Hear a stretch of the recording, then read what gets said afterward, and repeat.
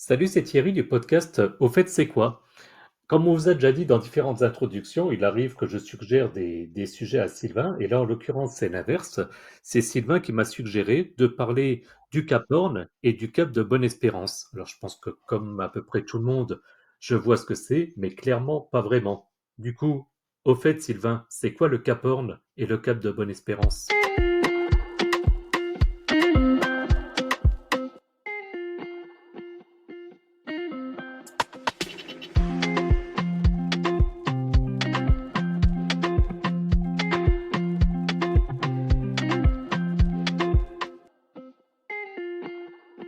Salut Thierry, salut à tous, c'est Sylvain de podcast. Au fait, c'est quoi? Alors oui, je l'ai suggéré, ce podcast sur le Cap Horn de Bonne-Espérance en discussion avec un de nos auditeurs. Et je me suis dit, ce serait sympa d'en parler parce que tout le monde en entend parler, mais on ne sait pas vraiment ce que c'est. Donc je me suis posé la question déjà, qu'est-ce qu'un cap? Thierry, je te pose la question, est-ce que tu le sais? Alors, je sais ce que c'est une cape, mais je ne sais pas ce que c'est un cap. Je connais le cap vert, je connais la cape de Zoro, mais Ouais, je pense que je suis à côté. ou le CAP, quand on a fait les recherches sur Internet Ou par le rapport à ça. CAP, je vois aussi, tout à fait. Mais Exactement. non, Bon je là, pense que ça n'a rien à voir. non, ça n'a rien à voir. Là, on est sur deux noms légendaires, un Cap Horn de Cap de Bonne-Espérance. Ça évoque des voyages périlleux, des explorateurs audacieux et puis bah, des routes maritimes qui ont changé l'histoire. Alors, qu'est-ce qu'un cap? Un cap, c'est ou une pointe, c'est une avancée de terre dans une étendue d'eau qui constitue une proéminence du littoral. Donc, c'est vraiment quelque chose qui doit se voir et qui permet un petit peu bah, de baliser une route maritime importante. Donc, voilà à quoi correspond un cap. C'est vraiment tout simple comme notion, mais ça a son importance pour la suite. Ok. Et donc, le cap Horn, le cap de Bonne-Espérance, pourquoi est-ce qu'on parle de cela? Parce que j'imagine qu'il n'y en a pas que deux dans le monde. Donc, qu'est-ce qu'ils ont Alors, de particulier? Et déjà, où est-ce qu'ils sont? On va commencer par la base. on va commencer par le cap de Bonne-Espérance, qui a été découvert par Bartholoméo Dias en 1487, donc tu vois, ça commence à dater, et qui a ouvert la route Doucement. maritime vers l'Inde et l'Orient. Et le cap de Bonne-Espérance se situe en Afrique du Sud. D'accord, donc j'imagine c'était pour ceux qui venaient de l'Atlantique, d'un petit peu voir par où passer une fois arrivé on va dire au sud de l'Atlantique. Schématiquement, je tourne à gauche, je tourne à droite, qu'est-ce que je fais? Et hop, je prends le cap. Exactement, ça permettait en fait de délimiter des points, de savoir par où on passait et puis bah, un peu de structurer. Il n'y avait pas de GPS à l'époque, même les cartes Voilà. maritimes, c'était pas ce qu'il y avait de mieux. Donc ça permettait voilà de réguler un peu aussi le trafic. Ce qu'il faut savoir, c'est que le cap de Bonne-Espérance, c'est pas le point le plus au sud de l'Afrique, ni le point de division entre les océans Atlantique et Indien. Ça revient au cap des aiguilles, pardon. Donc ça, c'était juste pour la petite notion historique. C'était juste pour dire que, effectivement, à l'instar du Cap Horn, autre célèbre grand cap, hein, dont on va parler un petit peu après, bah, ça constitue une limite entre des océans et ça a une grande importance pour la navigation. Et donc, effectivement, le terme Cap de Bonne-Espérance fut aussi utilisé pour nommer la première colonie du Cap, établie en 1652, un peu avant la formation du nom sud-africaine. Donc, la région fut appelée Province du Cap en 1910. D'accord. Parce que tu disais donc le cap de Bonne-Espérance, donc c'est 1487, c'est bien ça? Exactement, Donc exactement. avant même la découverte, on a tendance à dire des Amériques. Donc effectivement, pour se situer, ça veut dire que on savait qu'on pouvait descendre l'Atlantique, et puis après, c'était un mystère complet sur ce qui se passait. Ça paraît fou, évidemment, aujourd'hui, mais quand je disais en plaisantant, on ne sait pas si on va à gauche, à droite, bon, ben là, on s'est donné une idée, et quelques années après, on s'est dit, et si on allait dans l'autre sens? Et c'est là où on s'est dit, oh zut, il y a un continent. Bah, ce qu'il faut savoir, par exemple, c'est que quand tu vas vers l'équateur, le cap de Bonne-Espérance, ça marque le point où l'on commence à voyager plus vers l'est que vers le sud. Donc, D'accord. ainsi, contourner le cap, ce qui a commencé à être fait après en 1488, après sa découverte, bah, c'était Oui. un objectif dans les efforts des Portugais pour établir des relations commerciales directes avec l'Extrême-Orient. D'accord. Donc, voilà, c'était un petit checkpoint, un petit repère géographique pour Ok. schématiser. Voilà, exactement. Ok, d'autres choses sur le cap de Bonne-Espérance, du coup? Alors, le cap de Bonne-Espérance, non. On y reviendra un petit peu après parce qu'on verra l'importance des deux Oui. au niveau de la navigation, du commerce et de tout un tas d'autres choses. Et là, je te propose de parler du Cap Horn. Est-ce que tu connais, toi, le Cap Horn? Est-ce que tu sais où ça se situe, Thierry? Honnêtement, pas du tout. D'accord. Je Alors suis le assez Cap nul Horn. en géographie, j'arrive à situer sur une carte Brest-Paris et évidemment Metz, mais sinon ça s'arrête là. Alors, le Cap Horn, on a trouvé plusieurs dates qui n'étaient pas tout le temps concordantes, mais celle qui paraît la plus cohérente, c'était en 1616 par le navigateur Willem Schouten, donc qui est un Néerlandais, capitaine de l'Indracht, alors pardon pour l'accent néerlandais, hein, lors d'un voyage financé par Isaac Lemaire. Et il tient le nom de leur ville natale, d'origine, Cap Hoorn, Hoorn, afin de trouver un passage alternatif au détroit de Magellan. Parce que les gens s'ennuyaient, ils se sont dit pourquoi toujours passer par le même endroit? Autant essayer de trouver une autre route, c'est plus marrant. Alors, est-ce qu'il y a plus rapide? Est-ce qu'il fallait peut-être éviter des corsaires, éviter certaines choses? Tu vois, il y a peut-être des endroits un peu moins dangereux. En tout cas, Les le Cap phénomènes Horn, météo, ce genre de choses, ouais. totalement. C'est un cap situé à l'extrémité sud de l'île Horn, dans la partie chilienne de l'archipel de la Terre de Feu. Donc, ce point est généralement considéré comme étant le plus austral de l'Amérique du Sud. Ouais, ça me parle effectivement. Je me souviens de l'école, donc effectivement, on voit bien l'Amérique du Sud qui fait comme une espèce de petite courbe et on est on va dire au bas de la pointe. Donc, ouais, Exactement, là, je exactement. situe très bien, ouais. Un peu pareil que pour le Cap Horn, c'est vraiment un endroit qui marque et qui va effectivement permettre bah, d'avoir des routes tracées et peut-être souvent plus directes, plus sécurisées. Et c'est là que l'on va voir un petit peu l'importance géostratégique des caps. Parce que qu'est-ce que tu peux, toi, nous dire? J'aimerais bien avoir ton avis par rapport à ça. Je te pose une colle Al- sur la géostratégie.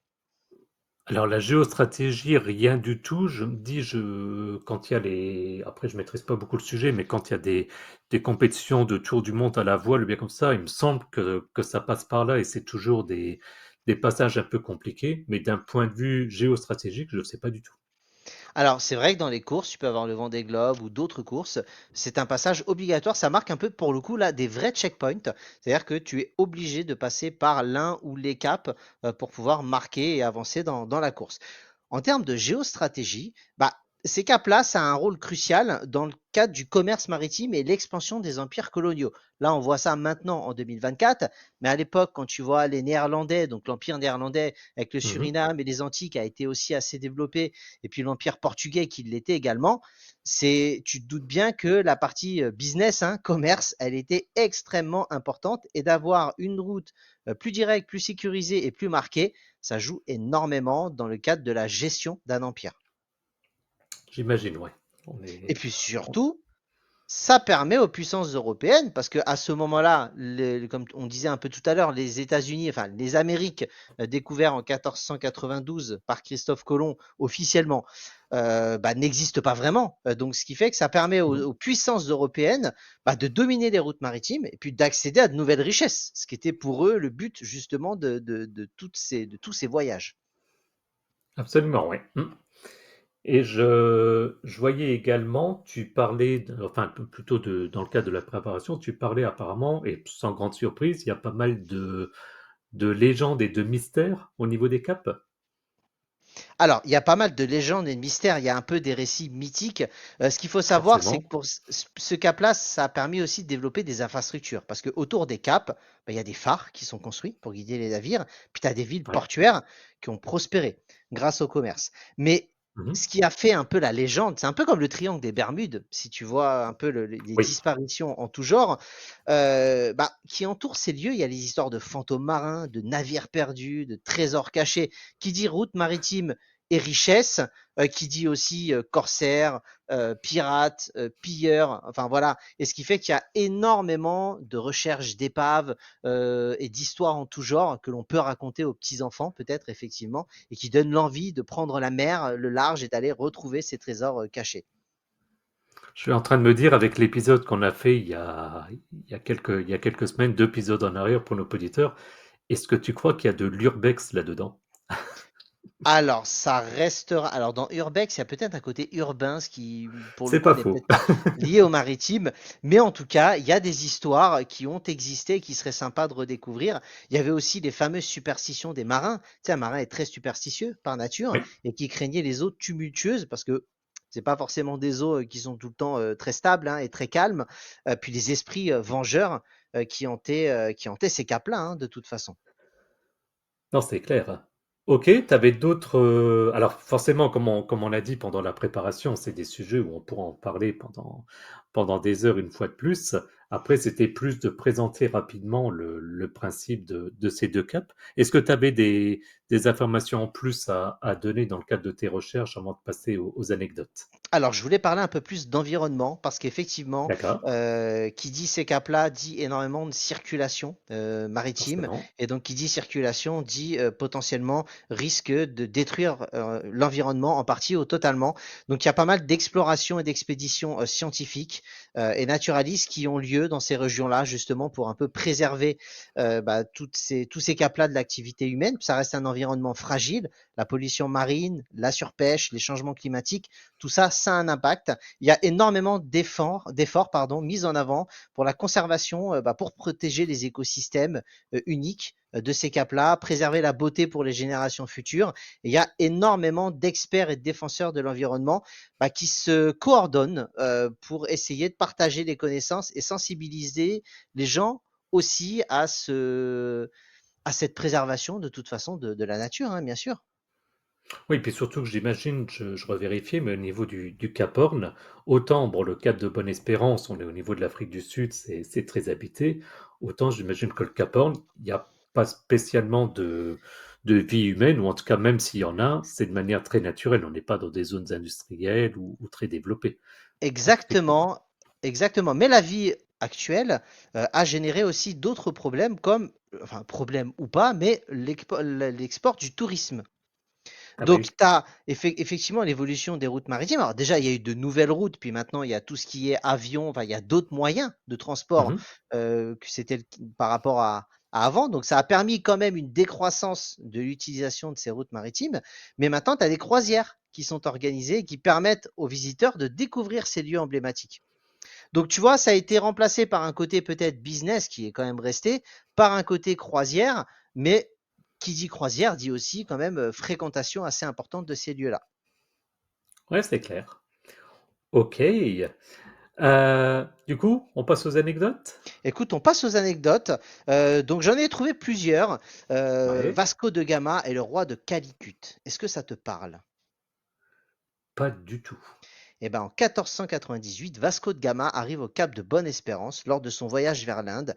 Il rencontre le roi de Calicut qui lui accorde d'abord des droits commerciaux avant de devenir hostile. Voilà. J'ai pas réussi à trouver beaucoup plus d'anecdotes, mais on sait qu'il y a eu en gros, il n'y a pas eu une bonne entente constante en tout cas. D'accord.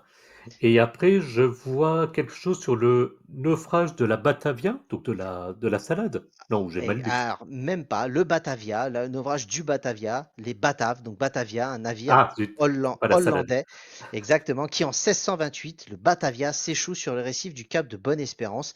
Les survivants, tu te doutes bien, livrés à eux-mêmes, sombrent dans quoi? Oui. La violence et la mutinerie. On change pas une équipe qui gagne. Sachant que tu n'as rien contre les Hollandais, précisons-le, hein, Pas c'est de du manière tout, pas générale. du tout. Et puis dans le foot, j'aime beaucoup la notion hollandais, le foot total et tout, mais ça, c'est un autre débat dont nous Voilà. parlerons peut-être un jour ou l'autre. Et pour finir sur le cap de Bonne-Espérance, la rencontre de Darwin avec les Boers. Donc en 1835, Charles Darwin visite le cap de Bonne-Espérance lors de son voyage sur le Beagle, son bateau. Il rencontre les Boers, les premiers colons européens d'Afrique du Sud, et ça lui a permis d'observer leur mode de vie. Tout simplement, ça devait être passionnant pour lui de découvrir ces personnes-là et de les analyser. C'est clair. Du coup, maintenant, je vois des anecdotes, bah, évidemment, sur le Cap Horn. Ah, bien sûr. L'Odyssée du voilier français Esmeralda. Alors là, c'est plus contemporain. En 1984, lors d'une course autour du monde, le voilier français Esmeralda est dématé au large du Cap Horn, mais son skipper Yves Parlier parvient à le réparer en mer et à terminer la course. Donc quand tu sais que ces eaux-là sont souvent tumultueuses, se dire je démate, je répare et je repars, c'est quand même plutôt pas mal. Tranquille. Fastoche. Il avait un bon tournevis, un bon marteau, bim bam boum, et c'est réglé. Et c'est Bravo réglé. à lui. Maintenant, partons vers les Britanniques, le sauvetage du Sir Galahad en 1989. Le cargo britannique, donc le Sir Galahad, se brise en deux dans une tempête au Cap Horn, tout simplement. L'équipage Ouah. est secouru par hélicoptère dans une opération de sauvetage spectaculaire. Donc, tu vois, réussir à briser un cargo en deux, je pense qu'il faut quand même le faire. Oui. Ils ont dû passer quelques moments un peu tendus quand même. Ouais, je pense que tu as une petite sueur dans le dos là, hein. À mon avis, t'es pas super serein. Non, je pense pas non plus. Et puis Encore pour une autre? finir avec le Cap Horn, la dernière, le tour du monde en solitaire de Joshua Slocum.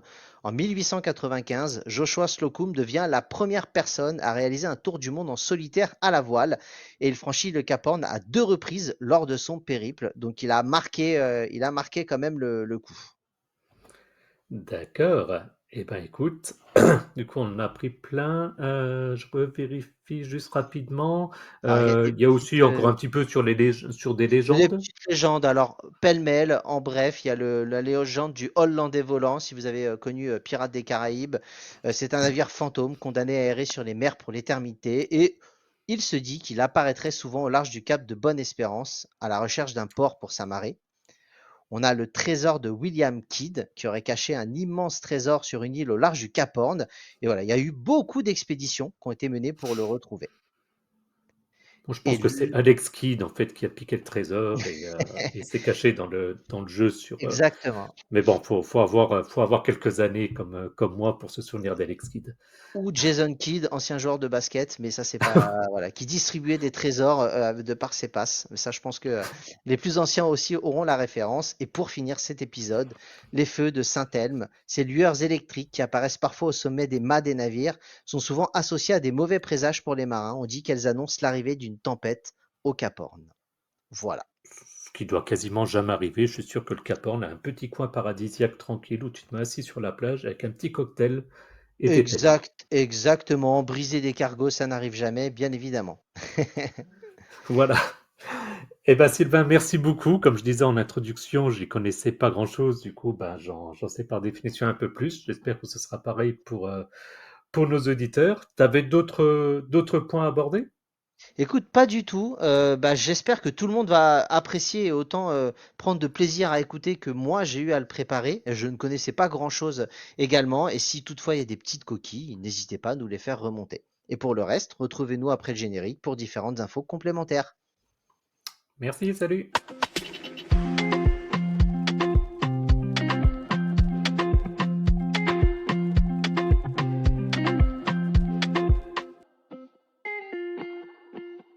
Et c'est Sylvain du podcast Au fait, c'est quoi?